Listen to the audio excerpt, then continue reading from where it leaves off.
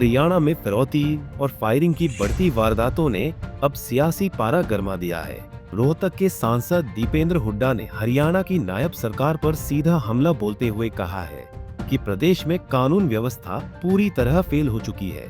दरअसल कांग्रेस सांसद दीपेंद्र हुड्डा समालखा की गुड़मंडी में हलवाई से 1 करोड़ की फिरौती मांगने की घटना के बाद पीड़ित परिवार से मिलने पहुंचे थे, जहां उन्होंने मीडिया के समक्ष सरकार की मंशा पर गंभीर सवाल उठाए। सांसद हुड्डा ने तीखा हमला बोलते हुए कहा कि हरियाणा की सरकार होम डिलीवरी मोड पर चल रही है, जहां अपराधी घर बैठे फिरौती मांग रहे हैं। उन्होंने दावा किया कि प्रदेश की बागडोर चंडीगढ़ से नहीं बल्कि दिल्ली से रिमोट कंट्रोल के जरिए चलाई जा रही है। हुड्डा ने केंद्रीय एजेंसियों की रिपोर्ट का हवाला देते हुए कहा कि आज हरियाणा में 80 से ज्यादा संगठित आपराधिक गिरोह सक्रिय है और हरियाणा अपराध के मामले में देश का नंबर 1 प्रदेश बन चुका है।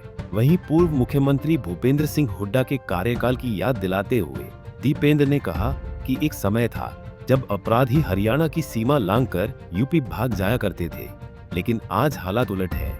आज यूपी के बदमाश हरियाणा में अपनी पैठ बना रहे हैं, जबकि हरियाणा का व्यापारी, डॉक्टर और कारोबारी प्रदेश छोड़ने को मजबूर है। के दिलों में सुरक्षा का भाव, ये कानून व्यवस्था प्रदेश, किसी भी प्रदेश की सरकार की पहली रिस्पॉन्सिबिलिटी कानून व्यवस्था है, पहली बाकी चीजों से। लेकिन हरियाणा में जैसे कि हम नहीं बता रहे, ये भारत सरकार के ही गृह मंत्रालय के जो केंद्रीय गृह मंत्री हैं, उनके मंत्रालय के जो एनसीआरबी का जो डेटा पिछले 3-4 साल का आ रहा है, नेशनल क्राइम रिपोर्ट ब्यूरो का डेटा, भारत सरकार, वो भी बीजेपी की सरकार है, लेकिन उसमें देश में अपराध दर में हरियाणा नंबर 1 पे आ रहा है पिछले 3-4 साल से। हत्या दर में झारखंड के साथ बराबर है। फिरौती और अपहरण के मुकदमों में देश में नंबर 1। महिलाओं के ऊपर अपराध में देश में नंबर 1 पे आया हरियाणा। तो अलग अलग कैटेगरीज आती है, भारत सरकार ये आंकड़े प्रकाशित करती है। इसमें फिरौतियों में, अपहरण में, हत्या दर में जो देश में नंबर 1 प्रदेश आ रहा है, तो ये जिम्मेदारी पूरी तरीके से प्रदेश सरकार की है, जो विफल साबित हो रही है।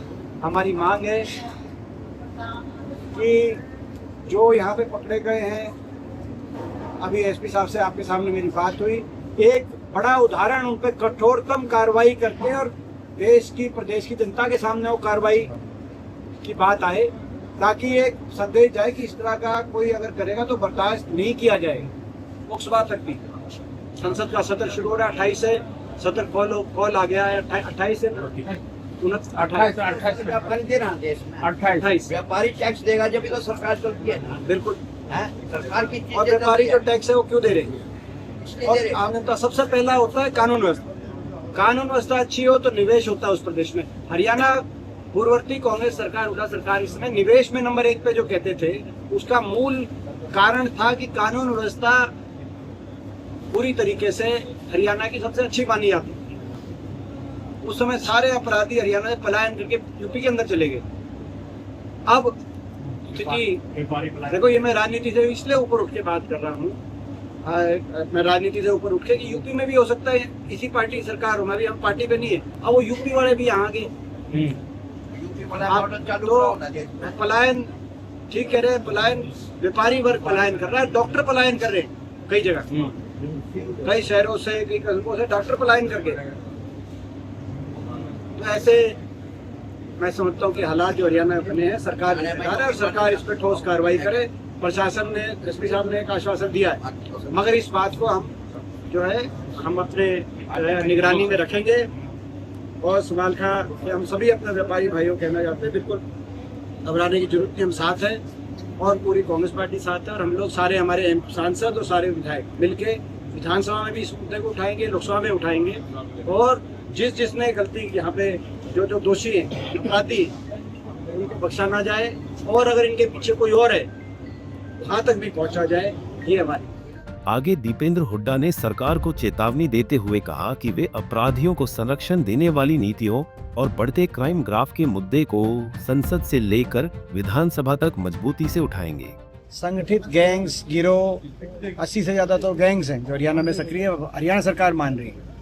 वो कहीं फिरौती राज की बात आ रही है, कहीं जंगल राज की बात आ रही है, कहीं अपहरण की बात आ रही है, कहीं डकैतियों की बात आ रही है।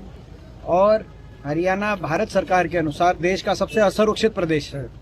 ये भारत सरकार बता रही है, मोदी सरकार ने बताया हरियाणा के बारे में, ये उनका आकलन है केंद्रीय गृह मंत्री का। तो ये बड़ी दुख की बात है और इसकी जिम्मेदारी हरियाणा की सरकार को लेनी चाहिए और ठोस कदम हरियाणा सरकार को उठाने चाहिए। सर वो लोकसभा में उठाओगे इस मामले को? इसको मामले को हम उठाएंगे, लोकसभा में भी और विधानसभा में भी हम मुद्दे को उठाएंगे, उठाते रहेंगे और उठा रहे हैं लगातार। लेकिन सरकार की तरफ से इसकी तरफ को ध्यान नहीं दिया जाना बड़ा दुर्भाग्य है। अब देखने वाली बात ये होगी कि विपक्ष के इन तीखे हमलों के बाद नायब सैनी सरकार कानून व्यवस्था सुधारने के लिए क्या ठोस कदम उठाती है। समालखा से विनोद, लाहौर, पंजाब केसरी टीवी। हमसे जुड़े रहने के लिए हमारे YouTube चैनल को सब्सक्राइब करें और नई वीडियो की नोटिफिकेशन के लिए बेल आइकॉन को दबाएं।